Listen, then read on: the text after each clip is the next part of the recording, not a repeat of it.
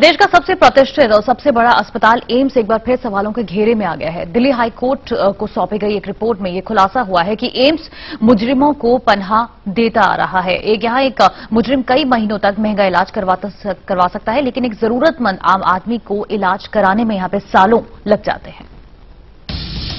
देश के सबसे प्रतिष्ठित अस्पताल पर उठे सवाल। संदेह के घेरे में एम्स का इलाज, मुजरिमों को पनाह देता है एम्स। जी हां, ये सनसनीखेज खुलासा किया है आर्मी हॉस्पिटल के मेडिकल बोर्ड ने।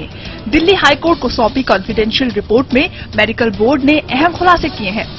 रिपोर्ट में कहा गया है कि अगर आपकी पहुंच बड़ी है तो एम्स में आप छोटी बीमारी के इलाज के लिए लंबे अरसे तक पड़े रह सकते हैं।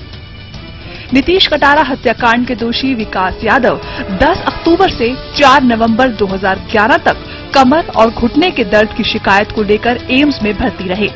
1 महीने से ज्यादा वक्त तक विकास एम्स में सिर्फ इसलिए था क्योंकि वो पेट स्कैन कराना चाहता था और इसके लिए उसके पास पैसे नहीं थे। तिहाड़ प्रशासन ने विकास के लिए जनरल वार्ड की व्यवस्था की थी, लेकिन वो अपने बड़े रसूख का इस्तेमाल करते हुए वीवीआईपी रूम में रुका। सरकारी खर्च पर इलाज करा रहे विकास यादव की डिस्चार्ज समरी तो बार बार बनती थी, बावजूद इसके वो एम्स में टिका रहा।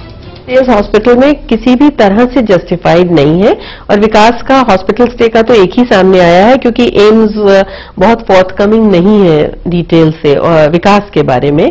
और मगर अगर और भी एपिसोड्स होंगे उनके एडमिशन के तो मुझे लगता है वो भी सब बिना किसी कारण के ही होंगे।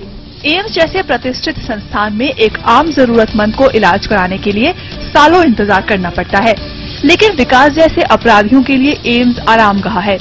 हैरानी की बात यह है कि विकास और विशाल यादव 100 बार तिहाड़ जेल से बाहर आ चुके हैं, जिसमें से 84 बार वो एम्स और बत्रा अस्पताल में रुके, लेकिन एम्स प्रशासन इसका जवाब देने से अब कतरा रहा है। इस रिपोर्ट को देखने के बाद आपको ये समझने में कतई परेशानी नहीं होगी कि क्यों रसूखदारों के इतने पास और जरूरतमंदों के इतने दूर है देश का प्रीमियम इंस्टीट्यूट एम्स। साफ है कि एम्स विकास जैसे अपराधी प्रवृत्ति के कैदियों को लंबे वक्त तक पनाह देकर न सिर्फ कानून का मजाक उड़ा रहा है, बल्कि जरूरतमंदों को उनके इलाज से कोसों दूर भी कर रहा है। इस समय दिल्ली से रश्मि कुमार।